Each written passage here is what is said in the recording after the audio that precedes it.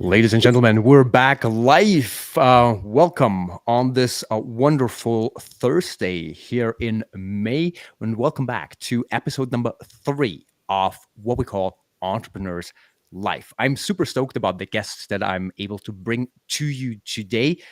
His name is Matteo Grassi, and we've been in touch over the years quite a lot. I was just amazed by how he developed and what he has built. So let me try to summarize what you have done over the last couple of years, and then please correct me because probably I'm wrong, right? So, and I'll partly read that because it's pretty cool. So, first of all, you have a really diverse background. So, ranging from breakdancing, semi-professional breakdancing, I believe, right, to founding Pop Up, which is a no-code e-commerce platform. So that's a Saas business, and we definitely got to talk about this.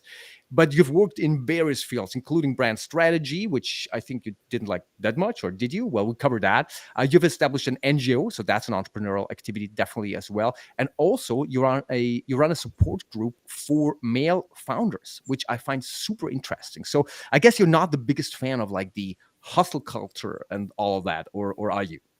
Oh, that's actually a very good question. I'm I'm not a big fan of anyone that says that there is a one size I think fit all to entrepreneurship or in general. So I think it's like when people say, "Hey, you have to do this to be able to achieve that."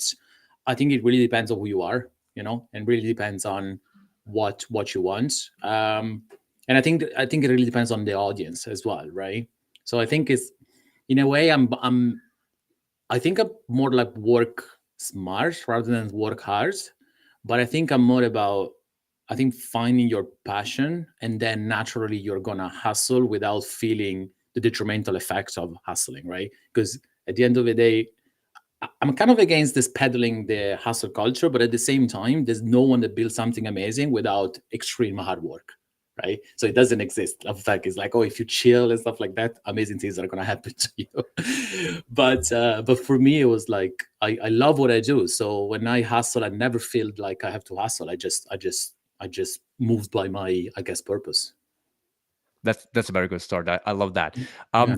Although I might add that I've had times in my life when I did feel like I'm centered, I'm passionate about something, and I want to push it forward. But then I ended up being quite close to burnout because sometimes you just don't know when it's enough, right? What do you think Yeah. there? Yeah, I think the issue that I see is like entrepreneurship is not for everyone. And I made this mistake a lot of the time of trying to inspire people. Of like, hey, you should do this, you should do that. And that was wrong because there's nothing wrong of not wanting to be an entrepreneur and just wanting to have a 9 to 5 job and the rest of the time just enjoy life and not doing anything else. I mean, there's nothing wrong in that. And I think sometimes, I guess sometimes I'm against people that are trying to push entrepreneurship as a way of life to everyone and to the masses. And this is a mistake that I did as well. I put myself in that bucket too, because you love it and you feel excited and you can see as well a lot of like amazing things that happen to you by becoming an entrepreneur. But then you realize some people are not cut out for it. And then you realize it's like you're pushing basically someone to a path that they're failing, they're going to fail. And probably it's better just to get a 9 to 5 job. And there's nothing wrong with that. That's true. I That's what I, mean, it depends on the job then, right? But as long as yeah. you still Yeah. are able to follow your passion, right, and Yeah. live that life, And just that find a can job be. that you like. Find a job that you like and spend the time that you don't work just trying to do what you enjoy, and that's it. And some people are going to be entrepreneurs, and some people are not. I actually think being an entrepreneur is the wrong choice for most people, right? Because actually you do have to be a bit crazy, right? Oh I yeah, mean, if I look at my normal day, most people are like, "What the fuck are you yeah, doing?" I'm like, "I'm living my life. I love it." But yes, sometimes I'm just fucking exhausted. I could like fall asleep just standing. yeah, It's yeah. just I know. okay. So I want to dive a little bit into your story because again, I find it very fascinating. You have moved to a lot of places, but also to a lot of different businesses, right? You were originally born in a small Italian village, right? Where about? It's central Italy, like I think most people will know Tuscany, so I would say kind of in that kind of area. But the village is like 250 people, so All right. tiny. Okay. So it's a beautiful landscape, beautiful area. Beautiful landscape, But for an entrepreneur, beautiful opportunity. maybe there is more exciting places. Yeah. Maybe. Okay. So share with us a little about like the moments that really shaped you, be it in your youth or along the journey. What was it that contributed most to your personal and professional growth?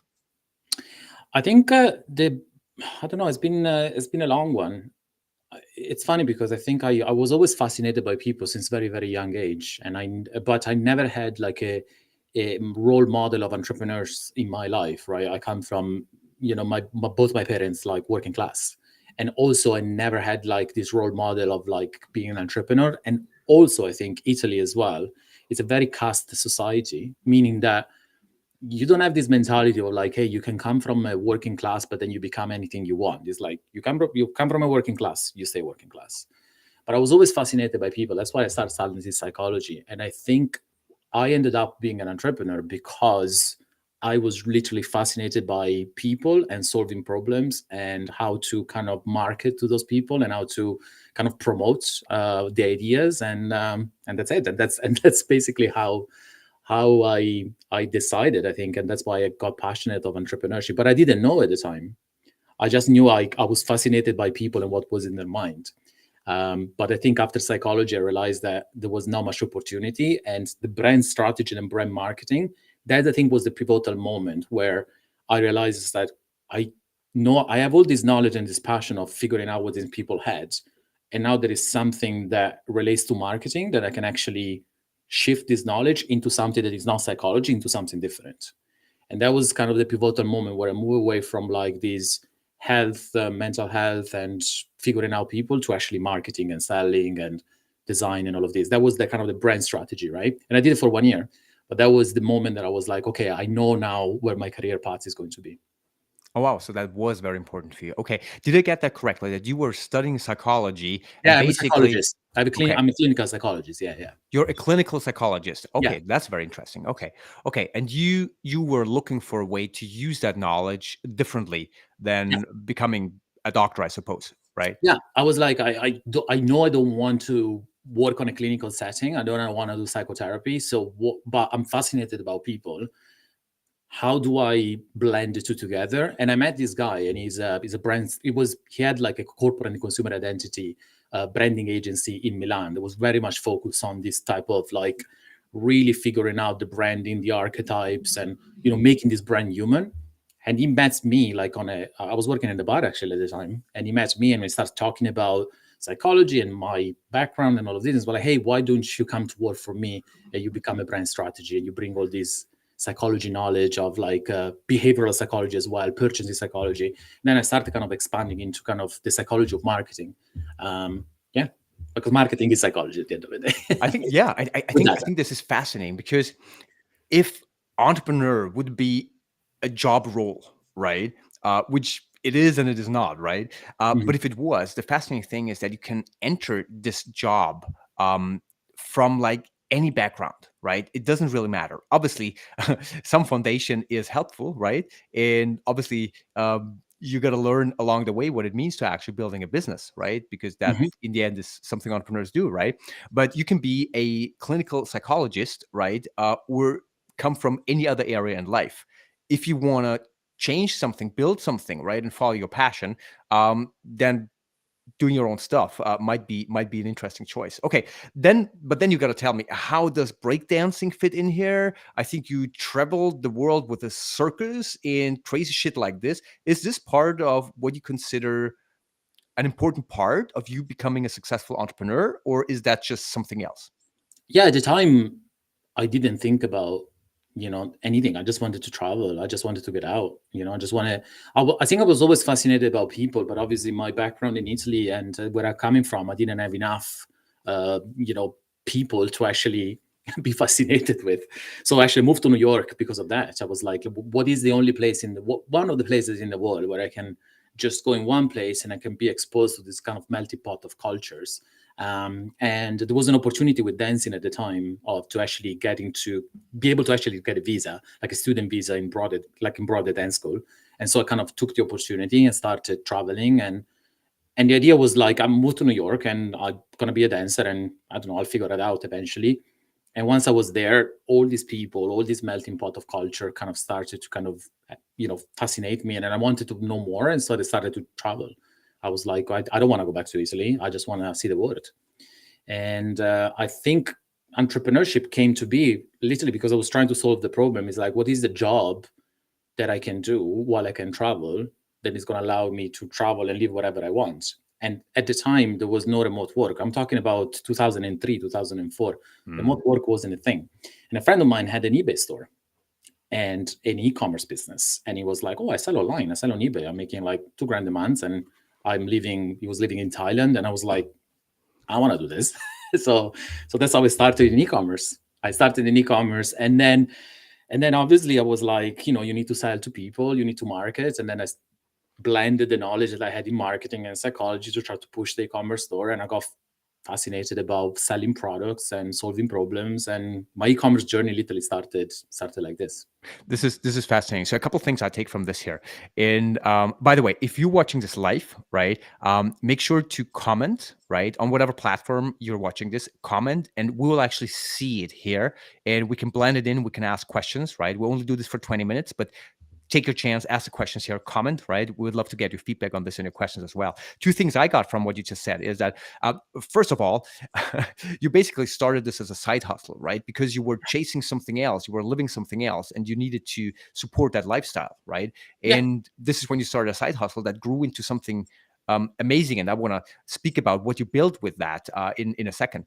The second thing I'm taking from this here is that you really gotta start with what you have, right? So you, with your background in psychology and a contact who was running ecom back in the days, right?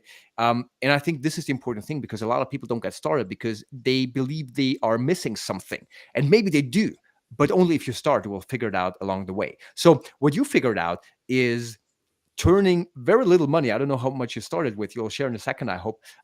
You started with this, and within a very short period of time, you built an e-commerce business that did, I think, 16 million in revenue or something like That this. was way after, actually. Well, share more about this, please. Yeah, that was way after. It was about 4 failures before that. Like Oh, big ones too. Yeah. tell Yeah. me So about the failures. so the eBay business broke even because at the end of the day, I wasn't able to acquire traffic on the website, and eBay eventually is really hard to scale. And also, I wasn't drop shipping. I actually bought stock, right? So the issue that I had, it was like I wasn't able to sell over all the stock, so some was dead stock, and I had to buy more stock, and basically I folded it, so I kind of broke even there. Then I started a natural healthcare company, which was kind of like, okay, so maybe I'll do something more local, and I was in Ireland at the time already. And I met this woman that was kind of producing these natural cosmetics, and the branding and the website was total garbage, but the product were really, really cool. So the idea was like, hey, you make the product, I launched the site, I basically go, direct to consumer, and it started going quite good. But then she had the brand name and everything, and she wasn't really pulling through. So at the end of the day, I kind of stepped back. So I left pretty much with nothing because, it was a partnership, but she had the name of the company. I literally just put a lot of work into it, and I didn't get anything out of it. But then, thanks to that, I was able to get a job in Shopify because I needed kind of a break. So after a while, I was like, I kind of done with this. I just want to break. And Shopify was offering work from home, work remotely. Right. They were employing here in Ireland, and I was kind of the first Shopify Plus in Europe. The Shopify Plus was really at the very, very beginning.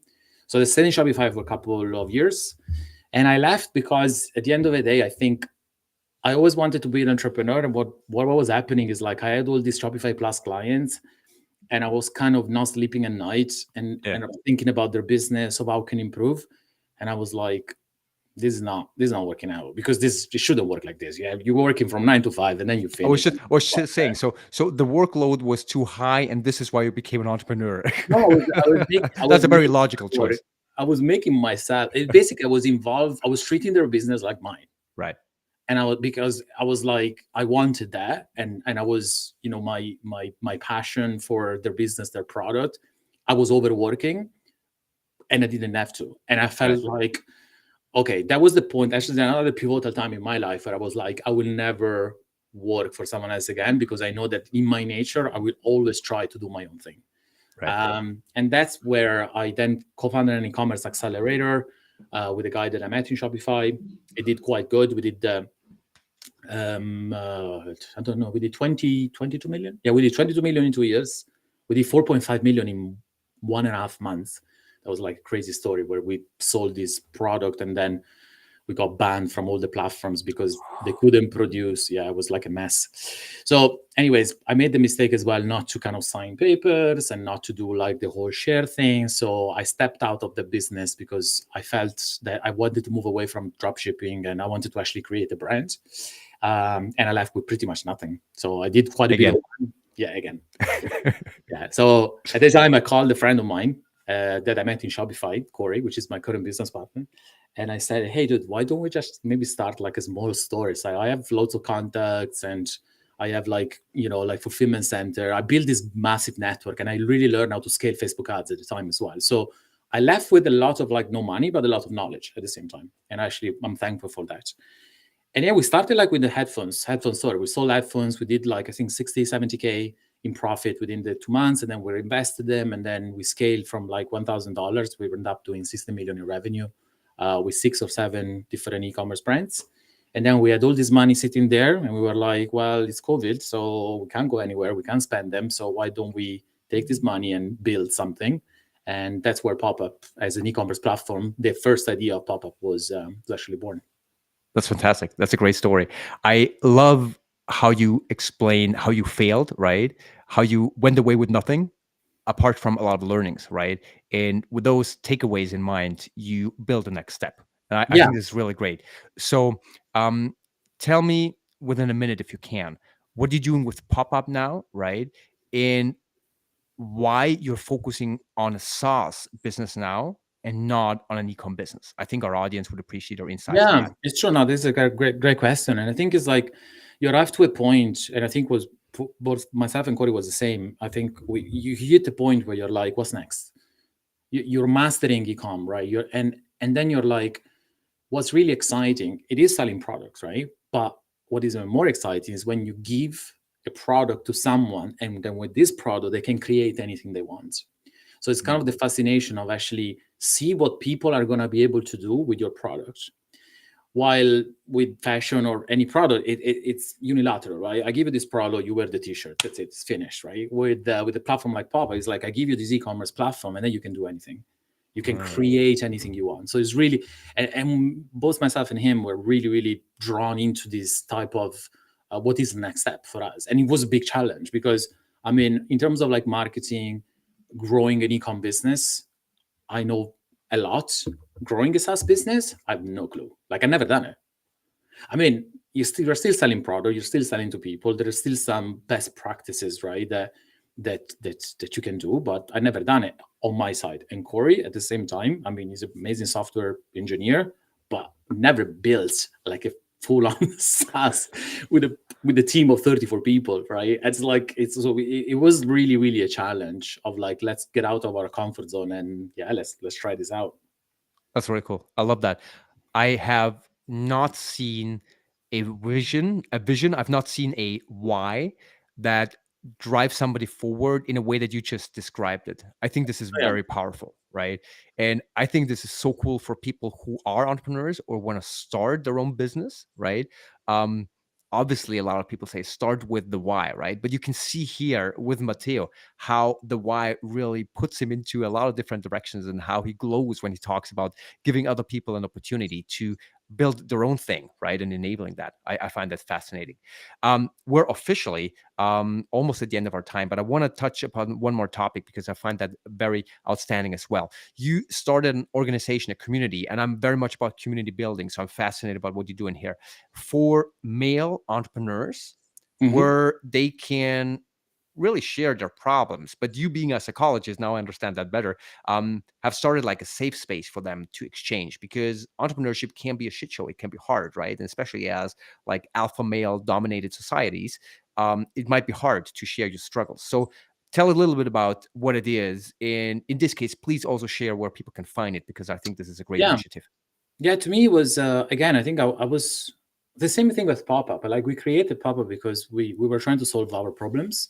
We are running all these e-commerce business. We're trying to solve our problems, and with Anonym, literally, I was like, I don't have any. I want to talk to some people about what I'm going through, and there's no one out there. So maybe I'll just create a community and for that. And I don't want to be sexy or polarizing, but entrepreneurship is hard. But I specifically focus on men because I do feel that we are an underserved category in terms of community. I think women communities are more present and relevant. And actually, when I was searching, there was literally nothing for men.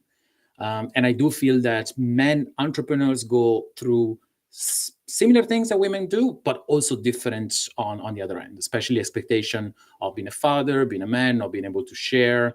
And also, like, as you said, I think the idea that you cannot, you cannot just fail. You always have to be, strong and always have to be on top, right? And I think that's the reason why I started it. And also I realized there was like 3 or 4 experts that I spoke to that were literally focusing with men CEOs or entrepreneurs, literally just working with men. And I realized I was Yeah. like, okay, this is interesting. So there is actually experts that just work with men. So what I did, I brought them into the community and acting like moderators, right? So I am struggling like now with the community to actually get engagement. So we've been thinking with to actually turning into maybe like an app or something like Mhm. that. So I think this is going to be a next phase, I think, for Anonym. It's just really finding the time because it's free. So I just do it out of my my my own time. I think it's a great initiative. If you want to speak about building community and stuff like this, I'd be happy to have a chat. It's what I do all the time now. I Yeah. love it. And having you here is helping build this community of entrepreneurs. So let's close here. And let me say thank you again for jumping on this show with us. For whoever is watching this here, please, if you want, get in touch with Matteo. Look up what he's doing. I think he's a great dude, a great inspiration. So again, thank you, Matteo, for joining us here at Entrepreneurs Life. Thank you, Philip. Thanks for having me. All right, goodbye, guys. I'll see you